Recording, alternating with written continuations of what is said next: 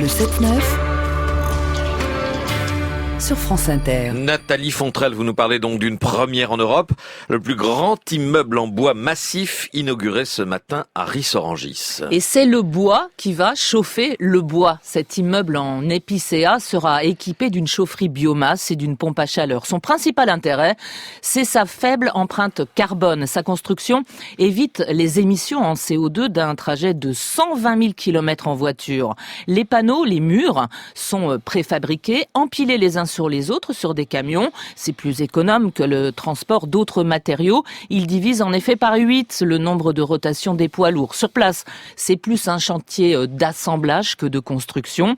Ça va 2 fois plus vite et ce gain de temps permet de compenser le surcoût de la construction en bois. Les 140 logements sont livrés en à peine un an. Ce sera donc le plus haut immeuble en bois d'Europe. 4 étages, 19 mètres de haut. D'ailleurs, le gouvernement français vient de faire sauter les verrous administratifs avec un appel à projet pour la construction d'immeubles de grande hauteur jusqu'à 15 étages au nom de la loi sur la transition énergétique. Alors, on a beau nous avoir vanté les mérites écologiques du bloc béton, vous savez, dans les pubs à la télévision, le bois le bat à plat de couture. Il stocke le gaz carbonique quand le béton nécessite beaucoup d'énergie pour sa fabrication. Le bois est un isolant sans pareil, 15 fois plus que le béton pour une même épaisseur de mur. À l'intérieur, les mesures témoignent d'un réel bien-être à vivre dans cet environnement.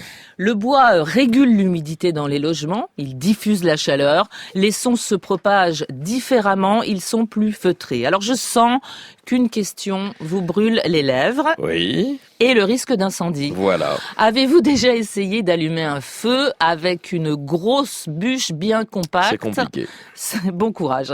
On utilise du petit bois pour faire démarrer la cheminée. Les panneaux en bois sont massifs. Ils peuvent prendre feu, c'est vrai, à partir de 400 degrés et se consument à raison de moins d'1 millimètre par minute. La réglementation anti-incendie est donc largement respectée, d'autant que ses capacités isolantes empêchent le feu né dans une pièce, la cuisine par exemple, d'atteindre la salle à manger voisine. Merci Nathalie Fontrelle.